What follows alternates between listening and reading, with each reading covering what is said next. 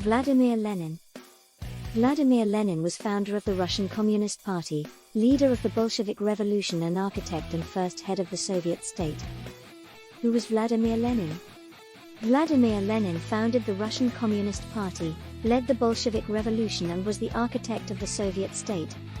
He was the posthumous source of Leninism, the doctrine codified and conjoined with Marx's works by Lenin's successors to form Marxism-Leninism, which became the communist worldview. He has been regarded as the greatest revolutionary leader and thinker since Marx. Early years. Widely considered one of the most influential and controversial political figures of the 20th century, Vladimir Lenin engineered the Bolshevik Revolution in Russia in 1917 and later took over as the first leader of the newly formed Union of Soviet Socialist Republics, USSR. He was born Vladimir Ilyich Ulyanov on April 22, 1870, in Simbirsk, Russia, which was later renamed Ulyanovsk in his honor. In 1901, he adopted the last name Lenin while doing underground party work.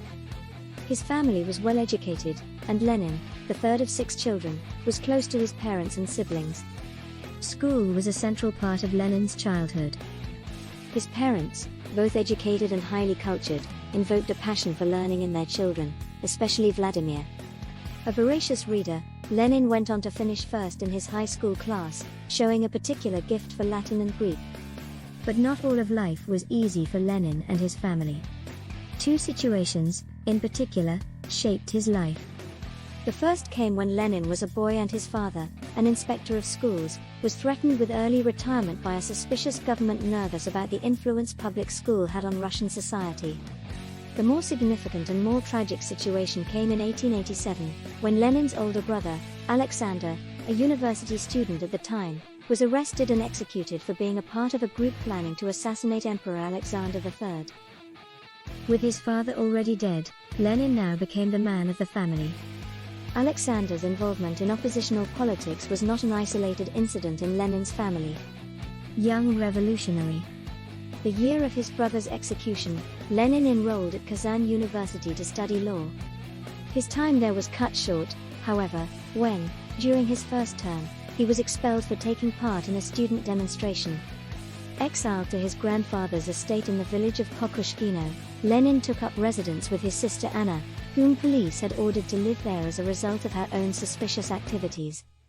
There, Lenin immersed himself in a host of radical literature, including the novel What Is to Be Done? By Nikolai Chernyshevsky, which tells the tale of a character named Rakhmatov, who carries a single-minded devotion to revolutionary politics. Lenin also soaked up the writing of Karl Marx, the German philosopher whose famous book Das Kapital would have a huge impact on Lenin's thinking. In January 1889, Lenin declared himself a Marxist. Eventually, Lenin received his law degree, finishing his schoolwork in 1892. He moved to the city of Samara, where his client base was largely composed of Russian peasants. Their struggles against what Lenin saw as a class-biased legal system only reinforced his Marxist beliefs. In time, Lenin focused more of his energy on revolutionary politics. He left Samara in the mid-1890s for a new life in St. Petersburg, the Russian capital at the time. There, Lenin connected with other like-minded Marxists and began to take an increasingly active role in their activities. The work did not go unnoticed, and in December 1895 Lenin and several other Marxist leaders were arrested. Lenin was exiled to Siberia for 3 years. His fiancée and future wife, Nadezhda Krupskaya, joined him. Following his release from exile and then a stint in Munich, where Lenin and others co-founded a newspaper, Iskra, to unify Russian and European Marxists, he returned to St. Petersburg and stepped up his leadership role in the revolutionary movement. At the Second Congress of the Russian Social Democratic Labour Party in 1903, a forceful Lenin argued for a streamlined party leadership community, one that would lead a network of lower party organizations and their workers. "Give us an organization of revolutionaries," Lenin said, "and we will overturn Russia." The Revolution of 1905 and World War I. Lenin's call was soon supported by events on the ground. In 1904 Russia went to war with Japan. The conflict had a profound impact on Russian society. After a number of defeats put a strain on the country's domestic budget, citizens from all walks of life began to vocalize their discontent over the country's political structure and called for reform. The situation was heightened on January 9, 1905, when a group of unarmed workers in St. Petersburg took their concerns directly to the city's palace to submit a petition to Emperor Nicholas II. They were met by security forces, who fired on the group, killing and wounding hundreds.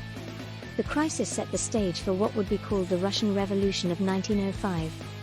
Hoping to placate his citizens, the emperor issued his October Manifesto, offering up several political concessions, most notably the creation of an elected legislative assembly known as the Duma. But Lenin was far from satisfied. His frustrations extended to his fellow Marxists, in particular, the group calling itself the Mensheviks, led by Julius Martov. The issues centered around party structure and the driving forces of a revolution to fully seize control of Russia. While his comrades believed that the power must reside with the bourgeoisie, Lenin passionately distrusted that segment of the population.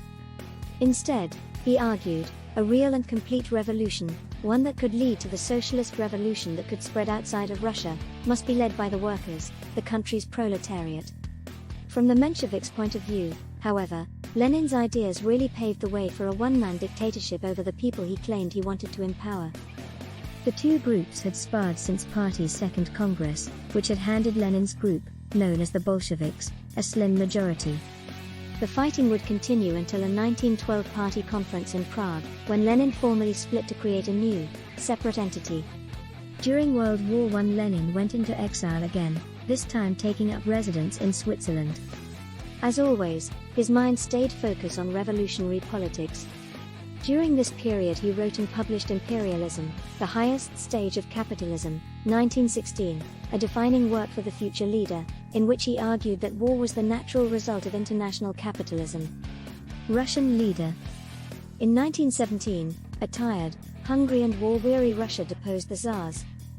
Lenin quickly returned home and, perhaps sensing his own path to power, quickly denounced the country's newly formed provisional government, which had been assembled by a group of leaders of the bourgeois liberal parties.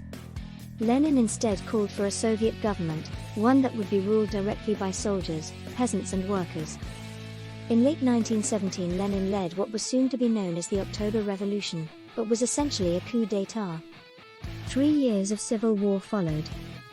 The Lenin-led Soviet government faced incredible odds.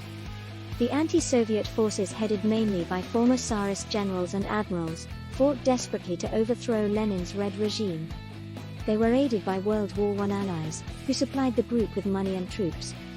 Determined to win at any cost, Lenin showed himself to be ruthless in his push to secure power. He launched what came to be known as the Red Terror, a vicious campaign Lenin used to eliminate the opposition within the civilian population. In August 1918, Lenin narrowly escaped an assassination attempt, when he was severely wounded with a pair of bullets from a political opponent. His recovery only reinforced his larger-than-life presence among his countrymen, though his health was never truly the same. Despite the breadth of the opposition, Lenin came out victorious. But the kind of country he hoped to lead never came to fruition. His defeat of an opposition that wished to keep Russia tethered to Europe's capitalist system ushered in an era of international retreat for the Lenin-led government. Russia, as he saw it, would be void of class conflict and the international wars it fostered. But the Russia he presided over was reeling from the bloody civil war he'd helped instigate. Famine and poverty shaped much of society. In 1921, Lenin now faced the same kind of peasant uprising he'd ridden to power. Widespread strikes in cities and in rural sections of the country broke out, threatening the stability of Lenin's government. To ease the tension, Lenin introduced the new economic policy, which allowed workers to sell their grain on the open market. Later years and death. Lenin suffered a stroke in May 1922, and then a second one in December of that year.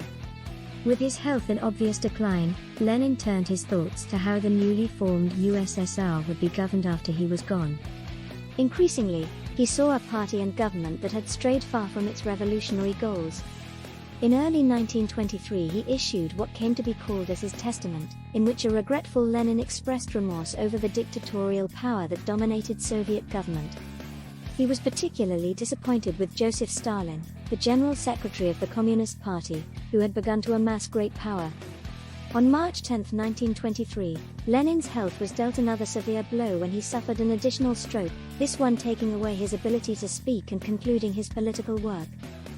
Nearly 10 months later, on January 21, 1924, he passed away in the village now known as Gorky Leninskye.